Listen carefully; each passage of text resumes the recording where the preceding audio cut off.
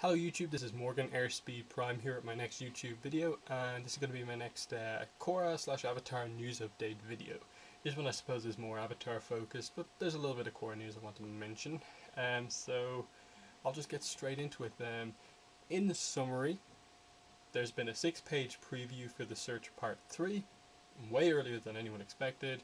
The Search Part 2 has topped the New York Times bestseller list for graphic novels.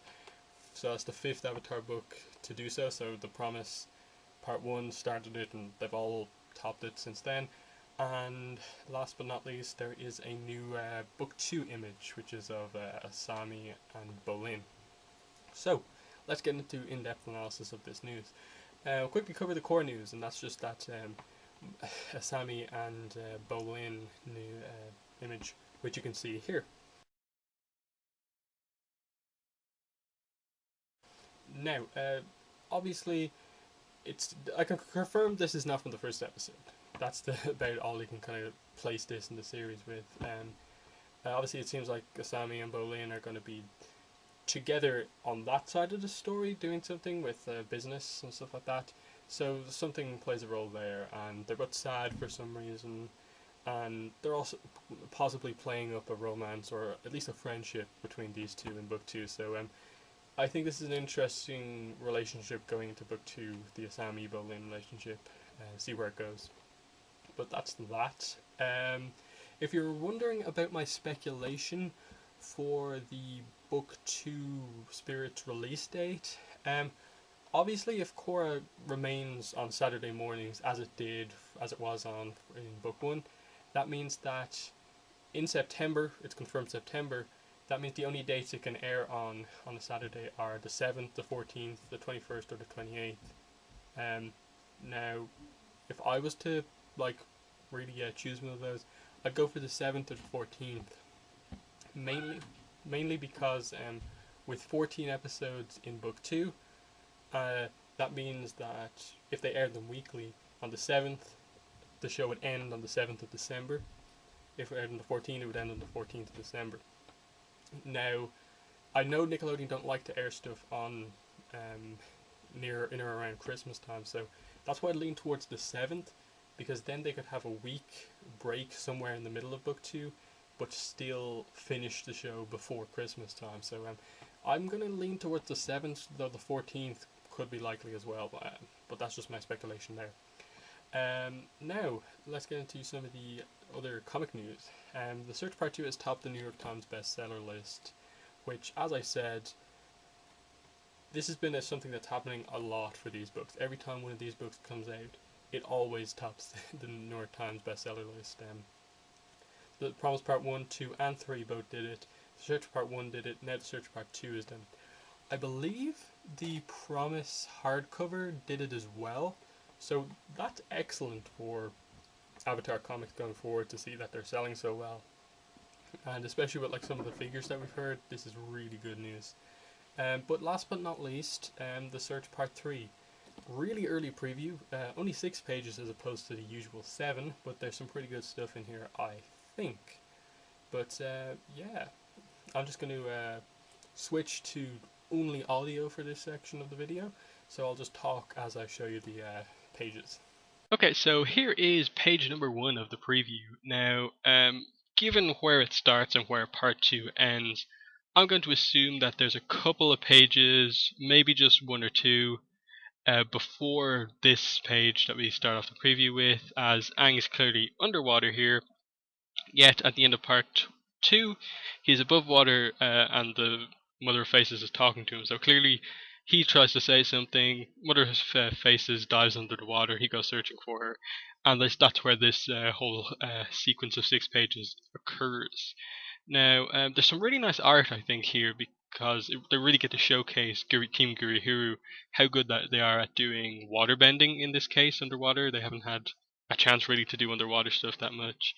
And also show off kind of more kind of aquatic animals, because they've done a lot of animals, but here's some pretty nice aquatic animals here that also have faces on them, which brings up the idea that in the 4 spirit pools that are in the Forgetful Valley, that they're all connected underwater by these kind of canals, or like there's some form of a river ocean underneath them. So that's pretty cool.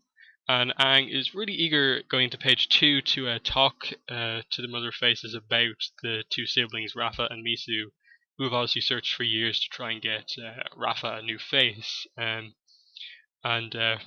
we see Aang that he knows how to deal with spirits and really play on the fact that they're powerful, and it's only a small quest for the mortals that they're going to be doing. And as we see, there's some interesting kind of jellyfish things that are no, not jellyfish, sorry, crab things that are attacking Aang as we go into page 3, and he's obviously using some air bending here in combination with water bending, and I think. And yeah, again, we see him fighting these spirit crabs and ice underwater. It's just really nice stuff, page 4. And obviously, the main thing here is that it's an action scene. They're not going to give away too much of the plot in this preview. They never really do. But obviously, the key thing here, Mother Faces, how could you be so cruel? Like, what exactly is she like doing? What did she say before she left? And obviously, like, he's heading off after her. And then we see Aang get blasted up out of the water, going to the 5th page of the preview. And here's an interesting one at the end of page 5. We see Rafa and Misu there, unharmed, meaning that they both survived Azula's lightning attack from the end of part 2. So we don't know who's hit. Zuko doesn't appear to be there, nor does Azula, so clearly there's a good few pages that happen before this whole thing that causes those two to go off alone. I assume Zuko probably lightning redirects, or maybe he gets hit. But something happens there. Rafa and Misu aren't affected. But then he gets hit out, and we get a nice Katang moment. But the end, I think, is pretty important.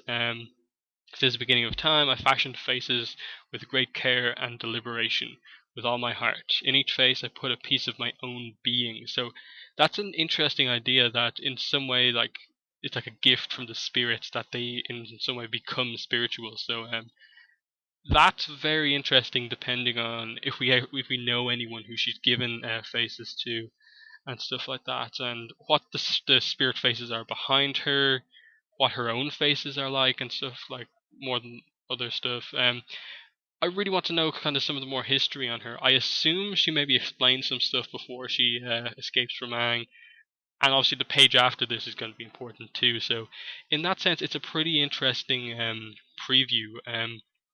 As I said, they can't really say too much about the story in the preview because I don't want to give away what happens in the pages they're not showing you beforehand and give away what happens coming up next. But it does a nice job. I assume because it's a 6-page preview really early that we will get some extra pages as we go forward into, I think, the end of next month, the end of August. I'll be expecting probably Amazon to put up a preview, a full preview or something like that, or Comic Book Resources to give us a full 7-page preview. But what we got here is good. So I'll cut back to me on camera now. Before I end, I'd just like to also say that someone on YouTube, another Avatar channel, messaged me and just asked me, will I mention him just starting out videos, core videos. So I'll just briefly mention here. I'm probably not going to mention any other channels or anything like that again, but just the name of the channel is Korra News, KORANEWZ. I think there's going to be a link somewhere on the screen here, so check out that channel if you want. So, thanks for watching this video, and bye.